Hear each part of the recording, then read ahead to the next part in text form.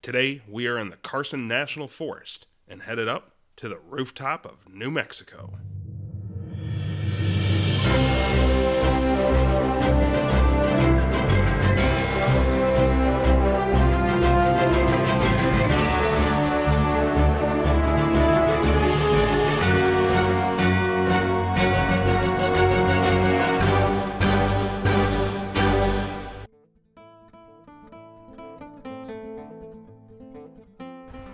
Hi, I'm Scott Marthaler. Welcome to another episode of Rooftops of America.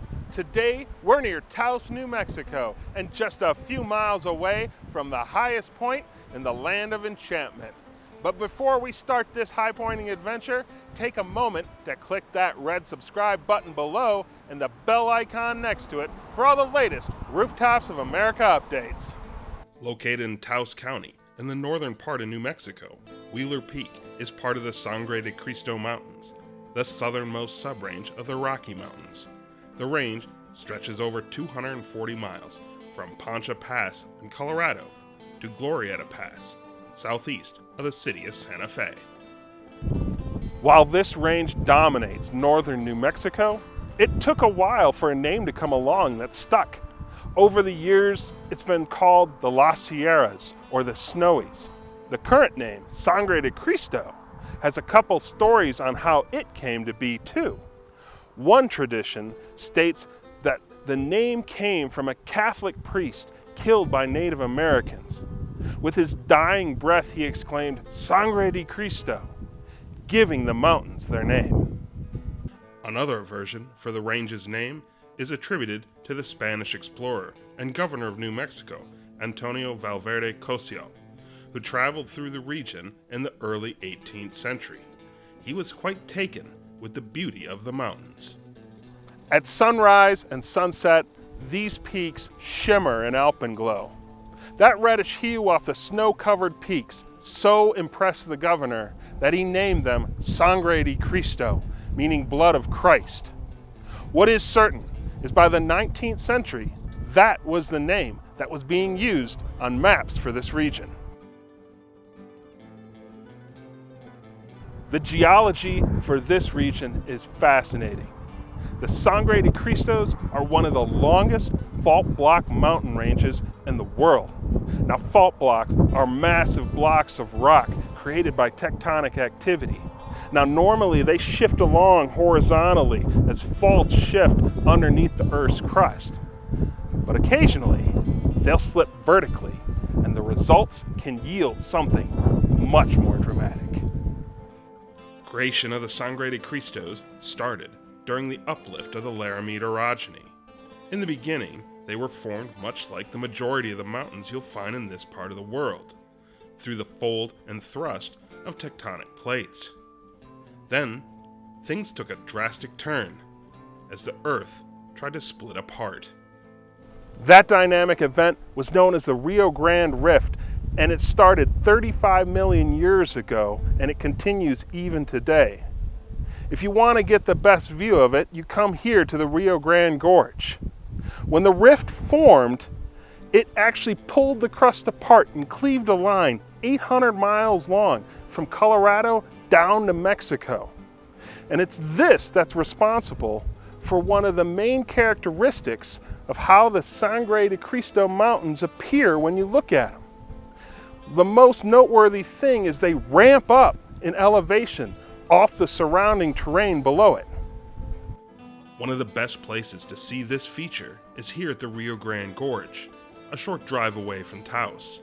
This 50-mile chasm runs from the Colorado border down through here, carving a path through the ancient volcanic basalt. If the landscape looks a bit otherworldly, well, you wouldn't be the first to think that. This area here was thought to look remarkably similar, both in terrain and geology, to the Apollo 15 landing site. In the early 1970s, NASA sent several astronaut teams to train here. The Rio Grande Gorge was of particular interest because it was a 1-to-1 scale of the Hadley Rill, a lava channel on the moon, and one of the main objectives for the Apollo 15 mission. The teams here were trying to simulate to the greatest extent possible the types of conditions they'd find once they reached the moon. The tools, equipment, even the communication between the astronauts and the ground crew were all meant to build a sense of familiarity. They even had their own lunar rover. Humans have lived in this area for millennia, with the archaeological evidence dating back over 3,000 years, though it's highly probable people lived here even before that. For the Native Americans who called this place home, the mountains surrounding the area were considered sacred. Blanca Peak, the highest point in the Sangre de Christos, was one of the 4 sacred peaks for the Navajo people. When the Tiwa arrived in this area over 1,000 years ago, they found a region conducive for permanent settlement, with rich soil for agriculture and bountiful hunting grounds. The name Taos derives from their language and translates as Place of the Red Willows. The Tiwa also considered these mountains to be sacred, and in their traditions, the peaks were the origins of their people. If you were to follow the Red Willow Creek back to its headwaters, you'd arrive at the Blue Lake. And it was there that the Tiwa people were created out of those sacred waters. The Tiwa are part of a larger group of builders the Spanish would call Puebloans. These tribes shared common agriculture and religious practices, and in some cases, language. The Tiwa would build the Pueblo in Taos, currently one of the oldest continuously inhabited communities in the United States. Due to its northern location, the Taos Pueblo was a central trade center between the Pueblos along the Rio Grande and the Plains tribes to the northeast. While this area has a serene feel to it, it's also seen its fair share of conflict. The first major group of Europeans to arrive here were the Spanish, part of Francisco Coronado's expedition in 1540 to find the lost cities of gold. And while at the beginning, the relationships between the Spanish and the natives were friendly, it wasn't long before they fell into conflict. Known as the Taiga War, it was the first war between Europeans and Native Americans in the American West. The hostility of the encounters were severe enough that for the next several decades, the Spanish largely left New Mexico alone. A few Franciscan friars journeyed into the region, but most were never heard from again. Near the end of the 16th century, the Spanish would return, this time under the banner of Juan de Note, known as the last conquistador. His mission was to settle the area permanently and convert the local population to Christianity. At the Acoma Pueblo, things would turn tragic. When Spanish soldiers arrived, they demanded food, which the natives did not provide. Fighting broke out, and in the conflict, 12 Spanish soldiers were killed. When Onate heard what happened, he sent a punitive force to Acoma to set an example for the other pueblos. After several days of siege, the Spanish were able to breach the walls with a small cannon and then storm the settlement. 800 men, women, and children were killed. Another 500 men and women were enslaved, some up to 20 years. Then there was 24 men who were chosen to have their right foot amputated. These actions were meant to break any resistance, but all they did was plant the seeds of revolt. The horrific events at Acoma would have long-term ramifications. While Onate would be recalled to Spain for the atrocities at the Pueblo, the Spanish would still go on to conquer New Mexico and install an oppressive regime. They demanded conversion to Christianity and worked to eradicate native traditions. The Pueblo and other native tribes were relegated to the status of serfs in their own lands, with the Spanish demanding an onerous tribute. By 1680, a breaking point had been reached. A drought had brought famine to the region, and decades of resentment stemming from Spanish mistreatment of the Pueblo people had created conditions that were ripe for revolt. All that was needed now was a leader, and for the Pueblo people, that would be a man named Pope. Pope had no love for the Spanish. He was one of 47 medicine men who had been taken prisoner in 1675 and whipped for practicing sorcery. An uprising of Pueblo warriors had secured his release. He took up residence in Taos Pueblo, far away from Spanish authority, and there he started to plan. While there had been uprisings in the past, they had been disjointed and isolated, easy for the Spanish to suppress. Pope's plans would be different. Pope's plan was simple: rid themselves of the Spanish and their corrupting influences and return back to the old ways that had brought peace and prosperity to the Pueblos. One indicator of how hated the Spanish had become was, despite all the communities and leaders and people involved in these plans, they remained virtually a secret until the point of execution. When the backlash came, it was brutal and swift. The Pueblo people rose up and in one day brought terror on to their Spanish oppressors, killing 400 men, women, and children, burning churches and destroying anything that reminded them of the hated colonizers.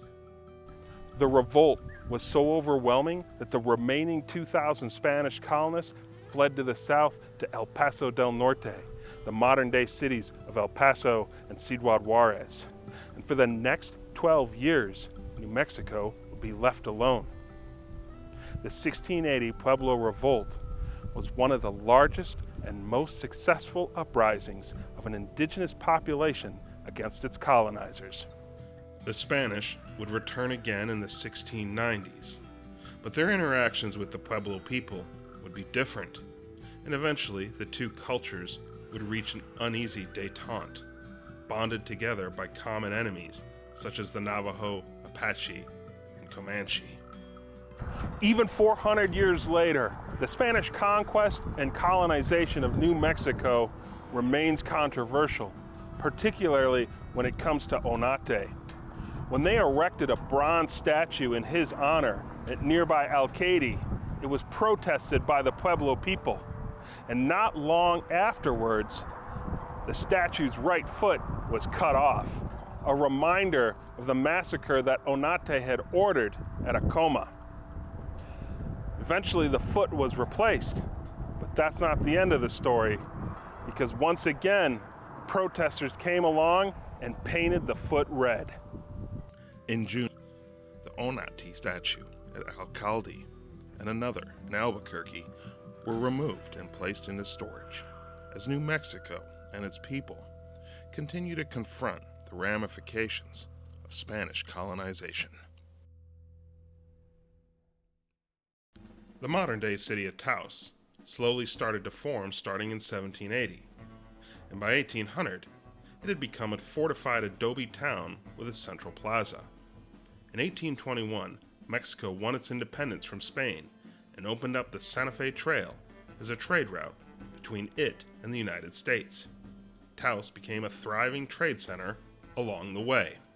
As it grew in stature, it began to draw in individuals who wanted to start a new life. And one of those was legendary frontiersman Kit Carson. Carson arrived in the area in the 1820s after escaping an apprenticeship in Missouri.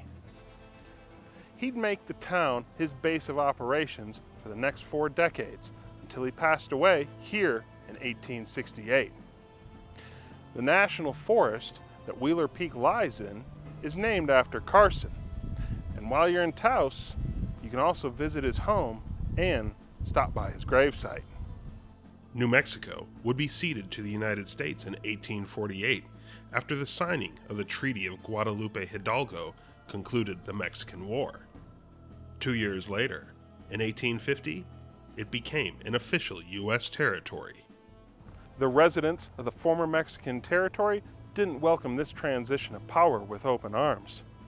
The New Mexico citizens were fearful that the American government wouldn't recognize their land claims, and compounded with the boorish and arrogant behavior of American soldiers in the region, things quickly escalated into a violent confrontation. In the early morning hours of January 19, 1847, rebels scalped and assassinated Charles Bent, the new American territorial governor, and several other government officials, including the sheriff and probate judge. The following day, the insurrection grew, with insurgents killing several traders heading east out of the town and then attacking a nearby mill. The U.S. Army moved quickly to crush the insurgency, and eventually they forced the rebels back into the Pueblo. In the ensuing battle, the soldiers would breach the walls and then storm the Pueblo, killing 400 insurgents. Over the next few months, there would be several more clashes between the rebels and the army, but the revolt was inevitably crushed, and 26 men hanged for insurrection. While the 1847 revolt failed, it did achieve one of its primary objectives. From this point on, New Mexico citizens would have both representation and recognition of their rights. In the early 1860s, the U.S. Civil War erupted between the states, and New Mexico, way out west, would play a role in the conflict. For an area that seemed to attract violence over the centuries due to its location on a major trade route, surprisingly, there were no major conflicts in Taos. Though, there is one aspect of the conflict that can still be witnessed today. It involves Kit Carson, this site behind me, and why the flag is flown in Taos Plaza both night and day. During the war, Confederate sympathizers tried to take the flag down several times. To prevent this from happening, and to discourage them, Carson ordered the flag guarded and flown 24 hours a day. And while the guards have long since disappeared, the flag flying round the clock is a tradition that continues to this day. By the latter part of the 19th century, this was the Wild West. Stories about Billy the Kid and events such as the Lincoln County War had even reached the halls of power in Washington, D.C. President Rutherford B. Hayes declared that Lincoln, New Mexico, in the southeastern part of the state, was home to the most dangerous street in the entire country. The days of the Wild West were numbered, though, and one of the people who helped bring that era to a close is whom the mountain is currently named after. Originally, this peak was known as Taos Peak, but in 1950, it was renamed after George Montague Wheeler. So who was Wheeler, and what did he do to receive this honor?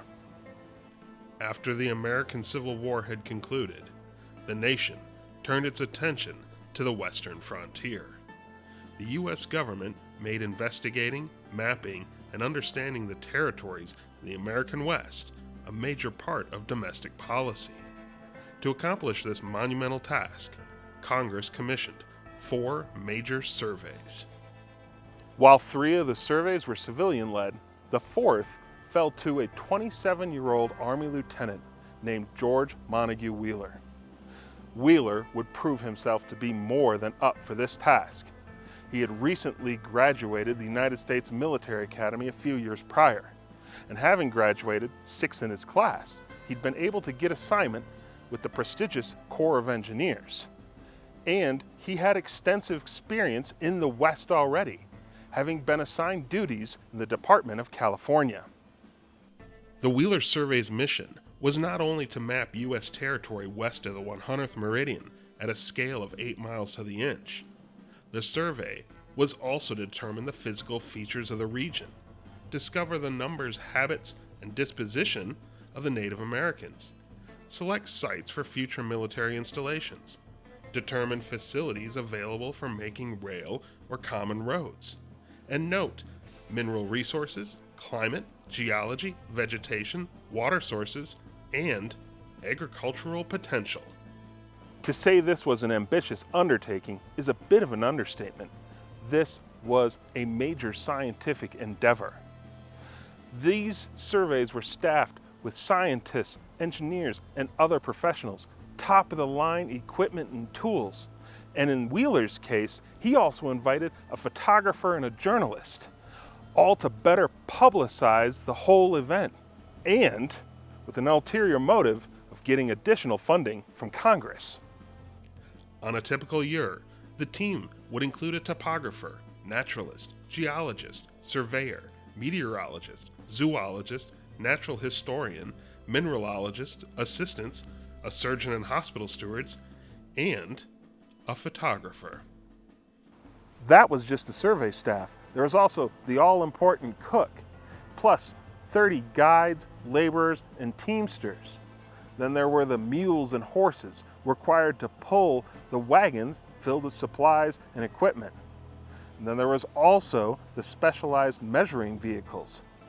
Then, on top of all that, there was the armed escorts from the U.S. Cavalry. Over the next 9 years, the survey would launch 14 topographical and geological expeditions throughout unexplored and forbidding terrain in parts of California, Nevada, Utah, Arizona, Colorado, and New Mexico. By the time the Wheeler survey was concluded, they had produced 78 maps, over 25 publications on topics such as geography, astronomy, paleontology, zoology, botany, and archaeology, and had sent 43,759 specimens to the Smithsonian Institution in Washington, D.C. In the end, Congress decided to liquidate the various survey organizations and consolidate them into the U.S. Geological Survey. The efforts of the 4 great surveys cannot be overstated. They are responsible for opening up the American West, and they enhanced the understanding of our country by leaps and bounds. Even today, those initial findings continue to impact our perceptions of the West. As for George Wheeler, mapping the West had become his life's work and ambition, and when Congress ended the surveys, it sent him into a deep depression that he never quite recovered from. He would pass away in 1905 at the age of 62. New Mexico would become a state 7 years later in 1912. In the early 20th century, the Taos Pueblo drew in a new type of visitor. Artists and craftsmen flocked to this area, drawn in not only by the scenic beauty, but also the artistic traditions of the Native American and Hispanic cultures. In 1915, 6 artists banded together to form the Taos Society of Artists. Unlike other art schools of the time, each artist continued to work in their own particular style, though they did share one common trait: a vibrant, colorful palette that was unlike anything else at the time. It was the start of what would eventually become an international art center. While the Taos Society of Artists didn't survive the Great Depression, the allure of this area continued to draw in artists, writers, and photographers, with such luminaries as Georgia O'Keeffe, D.H. Lawrence, and one of my personal inspirations, Ansel Adams. By the 1950s, a new wave of artists arrived, and Taos bloomed into a hotbed for contemporary American art. Today, Taos is the home of a thriving art scene, both in the city and nearby Taos Pueblo. There are over 140 galleries showcasing the work of local artists in the community. And on Taos Pueblo, you'll find Native American artists and artisans continuing to use techniques and tools passed down through generations. Between the two, there is a multicultural and dynamic tradition that continues to provide inspiration. This area is also home to a phenomenon known as the Taos hum. It's a noise, or to be more precise, a low audible hum similar to an idling diesel motor. For those that can hear it, which is about 2% of the population, they can suffer physical ailments, dizziness, headaches, bloody noses. For others, can be much worse and lead to depression, anxiety, and paranoia. There have been several theories, both of the scientific and conspiracy type, that have attempted to define the origin of the Taos hum. Whether it was engines deep in the ground powering Los Alamos, or an alien spacecraft that had crashed in the peaks to the north, or, from a scientific standpoint, various environmental and mechanical factors. Scientists are still investigating the mystery of the hum, but in 2015, a new theory was proposed. French researchers had determined that the hum was caused by one of the defining features of our planet, its oceans. The seismic deep waves at the bottom of the ocean and the mass wave collisions on the surface combined to create the low audible frequency that could be heard at various points around the world. Now, let's turn our attention to Wheeler Peak. Wheeler Peak is in the Wheeler Peak Wilderness section of the Carson National Forest. It didn't always have the title of State High Point. Until the mid-20th century, the highest point in New Mexico was thought to be just south of here, at Truchas Peak. In 1948, Harold Walter, a mountaineer and amateur photographer, determined otherwise by shooting measurements at both locations and proving that Wheeler Peak was the actual state high point. There's two main routes up to Wheeler Peak. One is the 16-mile Bull of the Woods Trail, a longer but more scenic route. The other is shorter but steeper, and it's a combination of the Williams Lake Trail and the Wheeler Summit Trail.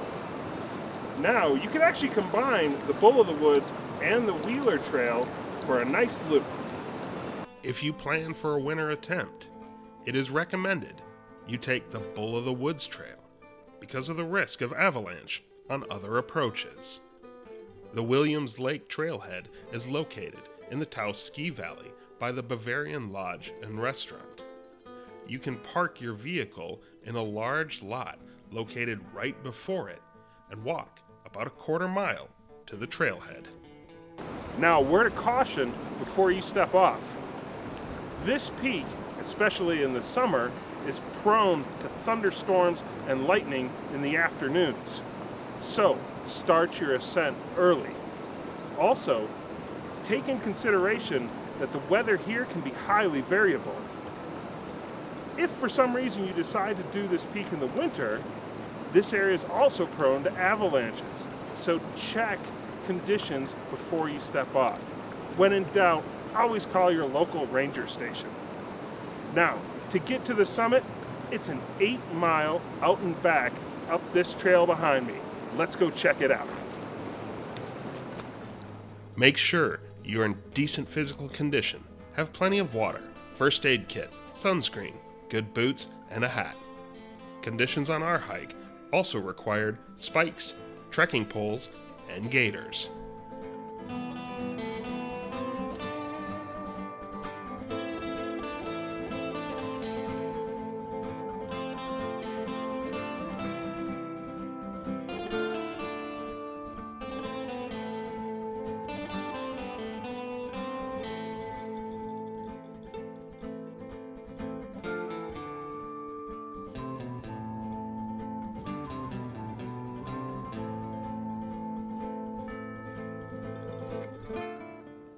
The first section of the hike will take you to Williams Lake.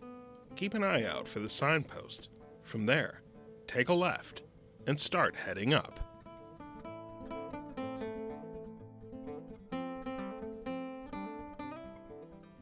Williams Lake is a beautiful location in its own right. A perfect place to stop and rest as you come back down the mountain.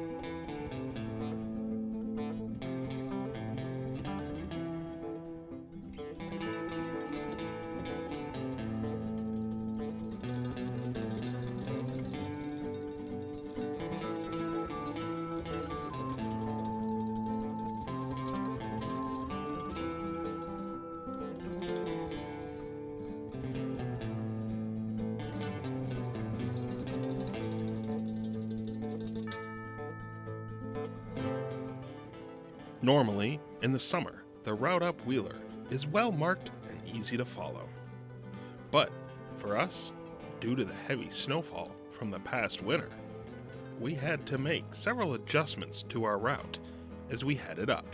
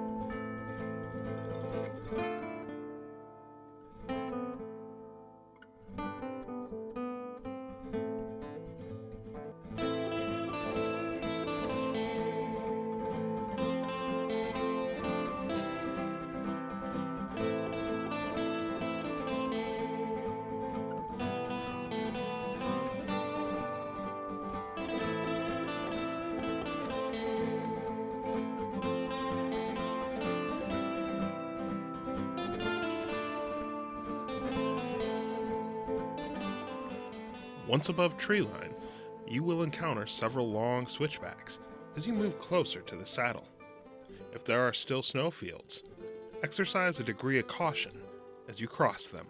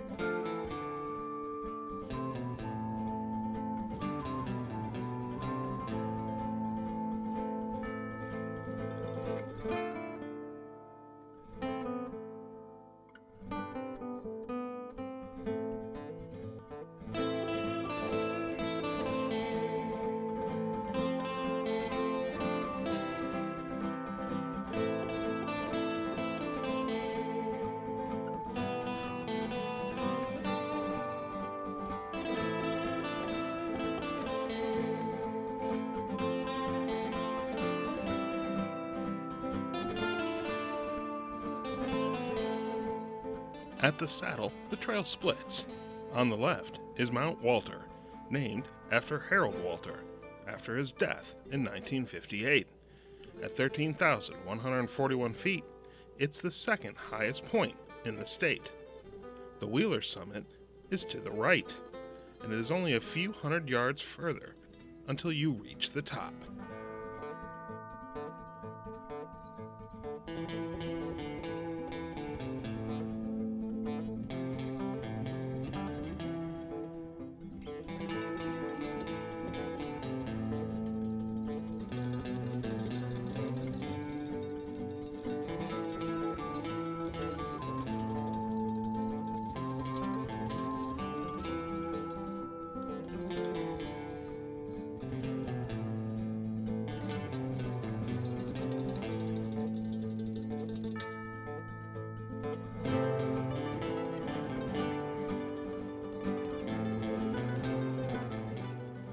And here we are on the summit of Wheeler Peak, the rooftop of New Mexico.